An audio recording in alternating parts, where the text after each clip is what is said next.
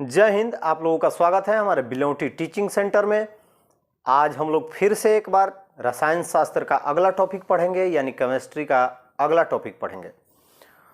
आप लोगों को मैंने जैसा कि बताया था कि मंडे और ट्यूसडे को आप लोगों को केमिस्ट्री, वेडनेसडे और थर्सडे को आप लोगों का फिजिक्स, फ्राइडे और सैटरडे को आप लोगों की बायोलॉजी की पढ़ाई होगी। तो चलिए, आज है मंडे, शुरू करते हैं हम पहले चैप्टर रासायनिक अभिक्रिया एवं समीकरण का अगला टॉपिक। आप लोगों के सामने दिखाया ही दे रहा होगा, रासायनिक समीकरण को अधिक उपयोगी कैसे बनाया जाए। क्या करेंगे कि रासायनिक समीकरण और भी अत्यधिक उपयोगी बन जाएगा। तो सबसे पहले, how to make a chemical equation more informative, यानी किस प्रकार हमारा समीकरण जो है ज़्यादा से ज़्यादा जानकारी देगा। जब हम उसको राइट करेंगे, लिखेंगे, तो उससे हमें अधिक से अधिक जानकारी मिलेगी। तो पहला है हमारा पॉइंट, लिखे हैं आप लोग देख रहे होंगे, अभिकारकों एवं प्रतिफलों की भौतिक अवस्था की जानकारी, यानी knowledge of a physical state of reactants and product. यानी यदि हम उसके सामने उसकी फिजिकल स्टेट यानी भौतिक अवस्था को लिख देंगे तो ज़्यादा से ज़्यादा इंफॉर्मेशन मिलेगी। तो जैसे हम एग्जाम्पल में लिखेंगे, कोई भी है, मान के चलिए H2+O, कुछ भी हम लेते हैं। H2 क्या है? गैस है। तो यहाँ क्या लिखेंगे? H2+, कोष्ठ में लिख देंगे G, यानी ये गैस है। ऑक्सीजन क्या है? गैस है, तो G लिख देंगे। यहाँ बना H2O। H2O क्या होता है? ये एक जल जो होता है वो विलयन होता है, तो इसको लिख लेंगे L। तो किसी भी रासायनिक समीकरण के फिजिकल स्टेट को जब सामने लिख देते हैं तो उससे ज़्यादा जानकारी होती है। इसे नोट कर लीजिए। पहला आप लोगों ने पॉइंट समझ लिया। दूसरा आप देखेंगे, हम दूसरा देखिए, लिखा हुआ है ऊष्माक्षेपी एवं ऊष्माशोषी अभिक्रिया की जानकारी, यानी information about exothermic and endothermic reactions. सबसे पहले एक्सोथर्मिक क्या होता है और एंडोथर्मिक क्या होता है, यानी ऊष्माक्षेपी अभिक्रिया क्या होती है और ऊष्माशोषी अभिक्रिया क्या होती है। यानी जब कोई पदार्थ, दो नए पदार्थ मिलकर एक नए पदार्थ का निर्माण करते हैं, यानी दो अभिकारक मिलकर जब एक नए प्रतिफल का निर्माण करते हैं, साथ साथ ऊष्मा निकलती है, तो उसे हम एक्सोथर्मिक कहते हैं।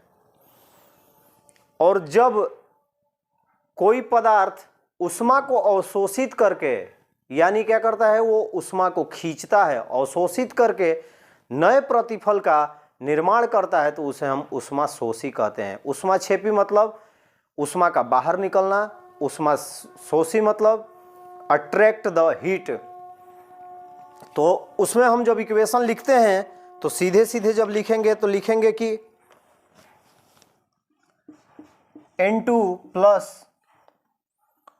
O2 प्लस ऊष्मा, इंग्लिश में लिख लेंगे हीट। हमारा जब रिएक्शन होता है तो बनाता है 2N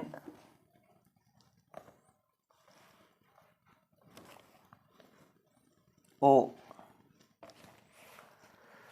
अब देखिए, ये हो गया हमारा एक्सोथर्मिक। अब जब दूसरे में लिखेंगे, ये हो गया इंडोथर्मिक, यानी ऊष्माशोषी।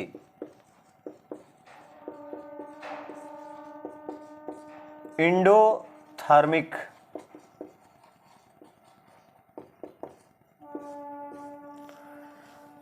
और दूसरा होता है C+O2, मिलके बनाता है CO2 प्लस ऊष्मा यानी हीट। तो एक में देख रहे हैं कि ऊष्मा अवशोषित कर रहा है, यानी attract the heat, then products. उसके बाद दूसरे में देख रहे हैं कि इसमें क्या अभिकारक जो होते हैं, यानी रिएक्टेंट जो है, जब आपस में मिलता है तो प्रतिफल बनाता है, उस समय ऊष्मा बाहर निकलती है। तो जब हम हीट लिखते हैं किसी समीकरण के साथ तो हमें उससे जानकारी मिल जाती है कि इसमें ऊष्मा का अवशोषण हुआ है या ऊष्मा का निक्षेपण हुआ है। इसको सॉल्व कर लीजिए। 2 पॉइंट्स हम लोग पढ़े। पहला क्या पढ़े? कि उनके फिजिकल स्टेट के बारे में। दूसरा पढ़े हम उष्मा शोषी, उष्मा क्षेपी यानी एक्सोथर्मिक, इंडोथर्मिक। तीसरा है गैसों की उत्पत्ति, गैसों के उत्सर्जन की जानकारी यानी गैस इमिशन इंफॉर्मेशन, यानी जब किसी रासायनिक अभिक्रिया में गैस निकलता है तो क्या ऐसा हम लिखेंगे कि उसे हमें जानकारी प्राप्त हो जाए कि इस अभिक्रिया के फलस्वरूप यानी प्रोडक्ट जब बना तो गैस बाहर निकला। तो देखिए जैसे लिखते हैं Zn plus H2SO4, Zn plus H2SO4 बनाता है ZnSO4 प्लस H2। हाइड्रोजन क्या है आप लोग भी जानते हैं, गैस है। तो हम क्या करेंगे, जब ऐसी हमारे सामने समीकरण आएंगे या रासायनिक अभिक्रिया आएगी जिसमें लास्ट में यानी अंत में गैस निकलता है, तो हम एरो का जो चिन्ह होगा वो ऊपर की ओर देंगे। हमेशा याद रखिएगा, when the reactant conjugated in chemical reaction and then the make a product and exit the gas, the arrow symbol is open, यानी अप की तरफ ऊपर करके हम एरो का सिंबल रखते हैं। चौथा है अवक्षेप की जानकारी यानी प्रिसिपेटेड इंफॉर्मेशन, यानी अवक्षेप मतलब जो होता है व्यर्थ पदार्थ जो निकल गया, अवक्षेप बन गया। तो उसके लिए हम क्या करेंगे, उसके लिए देखिए AgNO3 प्लस HCl मिल के बनाता है AgCl का अवक्षेप। इस समय हम एरो का निशान नीचे की तरफ देंगे, यानी आपके जब रिएक्शन में प्रिसिपेट बनता है, अवक्षेप बनता है, तो उस समय तीर का जो चिन्ह होगा वो नीचे की ओर होगा, प्लस HNO3। इसको नोट कर लीजिए आप लोग, उम्मीद है आप लोगों को समझ में आ गया होगा। यानी जब भी गैस बने किसी रासायनिक अभिक्रिया में तो एरो का निशान ऊपर लगाएंगे, और जब अवक्षेप बने तो हम लोग एरो का निशान नीचे लगाएंगे। पांचवा और आखिरी पॉइंट सामने देखिए लिखा हुआ है, अभिक्रिया के शर्तों की जानकारी यानी इंफॉर्मेशन ऑन रिएक्शन कंडीशन। कुछ कुछ अभिक्रियाएं होती हैं जो कि कुछ विशेष अवस्थाओं में होती है, यानी गर्म होगा, ठंडा होगा, उत्प्रेरक यानी किसी तीसरे पदार्थ को जब मिलाया जाएगा तो अभिक्रिया होगी। तो उन चीज़ों को हम क्या करते हैं, जो बीच वाला एरो का निशान जब समीकरण में देते हैं, इक्वेशन में देते हैं, तो उस पर लिख देते हैं। जैसे मान के चलिए कोई ताप है यानी टेम्परेचर, तो ऊपर लिख देंगे टेम्परेचर, या प्रेशराइज करके, जैसे सिलेंडर गैस आप लोग देखे होंगे, वो गैस है लेकिन उसको प्रेशराइज करके भरा जाता है, किसमें, सिलेंडर में। आप लोग देखिएगा, हिलाइएगा जब सिलेंडर तो उसमें लगता है कि पानी भरा हुआ है, वो गैस ही रहता है। गैस को अधिक दबाव पर द्रव बनाकर उसको सिलेंडर में भरा जाता है। तो ऐसी चीज़ों में हम जब एरो के निशान पे जैसे प्रेशर लिख दिए, प्रेशर यानी ताप, दाब, किस स्थिति में कौन सी अभिक्रिया हो रही है, जैसे ही हम एरो पे लिखते हैं तो हमें पता चल जाता है कि ये तापीय हुआ है या दबावीय हुआ है। तो पांचवा हमारा क्या होता है, अभिक्रिया के शर्तों की जानकारी। जैसे ही हम इक्वेशन समीकरण पे लिखते हैं, यानी इंफॉर्मेशन ऑन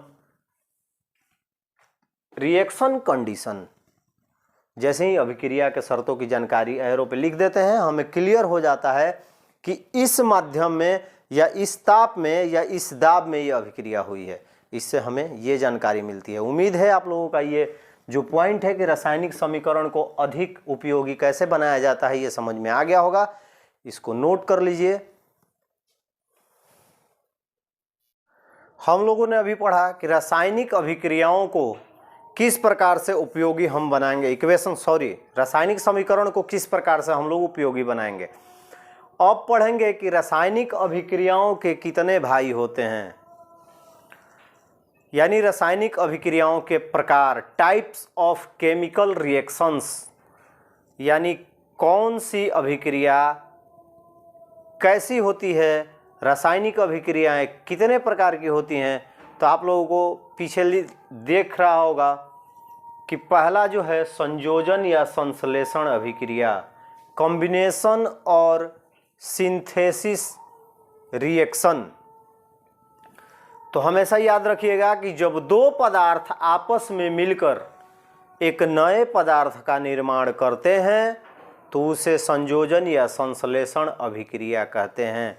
यानी A+B इक्वेशन AB, तब उसे हम संयोजन मतलब जुड़ना। जब दो पदार्थ आपस में जुड़कर एक नए पदार्थ का निर्माण करते हैं जिसका गुण जो होता है वो मूल पदार्थ यानी पहले दोनों मिलने वाले पदार्थों से बिल्कुल ही भिन्न होता है, उसे संयोजन या संश्लेषण अभिक्रिया कहते हैं। इंग्लिश में जब आप इसको लिखिएगा तो लिखेंगे कि रिएक्शन इन विच टू और more reactants combine to form one product are called combination reaction। तो चलिए इसको भी लिख ही लेते हैं, जगह नहीं था इसलिए ऊपर लिख रहा हूं, आप लोग लिख लीजिएगा। Reactions in which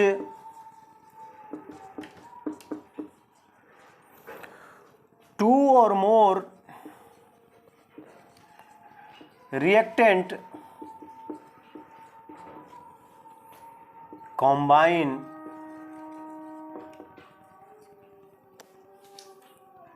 to form one product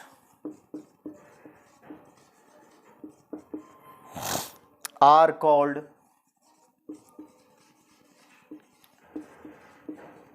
combination और सिंथेसिस रिएक्शन। यानी जब दो या दो से अधिक पदार्थ आपस में मिलकर एक नए प्रतिफल का निर्माण करते हैं जिसका गुण मूल पदार्थ से बिल्कुल भिन्न होता है, संयोजन अभिक्रिया कहलाती है। एग्जाम्पल में लिख लेंगे तो H2+O मिलके बनाता है H2O, यानी हाइड्रोजन और ऑक्सीजन दो नए पदार्थ H2O प्रतिफल का निर्माण करते हैं। लिख लीजिए इसको।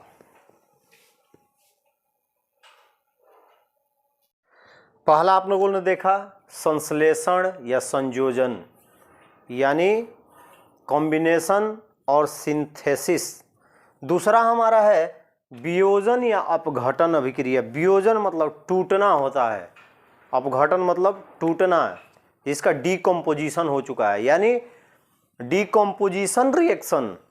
तो वैसी रासायनिक अभिक्रिया जिसमें एक पदार्थ टूटकर दो या दो से अधिक नए पदार्थों का निर्माण करता है उसे ही हम वियोजन या अपघटन अभिक्रिया कहते हैं। यानी reaction in which one compounds decomposes in two or more compounds and elements are known as decomposition reaction। यानी दो से जब कोई पदार्थ दो या दो से अधिक पदार्थों का टूटकर निर्माण करता है तो उसे हम वियोजन या अपघटन अभिक्रिया कहते हैं। एग्जाम्पल में जब लिखेंगे तो CaCO3 मिल के बनाता है CaO+O2 यानी CaCO3 composed in two compounds। आप लोगों को समझ में आ गया होगा, इसको नोट कर लीजिए। और आज का ये आपका आखिरी क्वेश्चन है, वियोजन या अपघटन अभिक्रिया इन डीकम्पोजिशन रिएक्शन। और फिर हम कल पढ़ेंगे कि how many types of decomposition reaction, यानी वियोजन अभिक्रियाएं कितने प्रकार की होती हैं। यानी रासायनिक अभिक्रिया का ये भाई है वियोजन अभिक्रिया, और वियोजन अभिक्रिया के कितने बेटे हैं ये पढ़ेंगे।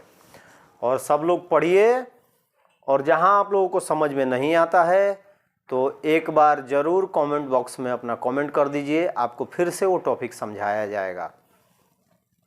और जो भी इस वीडियो को देख रहे हैं लाइक करें, शेयर करें अपने सर्किल में और बेल आइकन को प्रेस जरूर करें, चैनल को सब्सक्राइब करें। चलिए फिर मिलते हैं।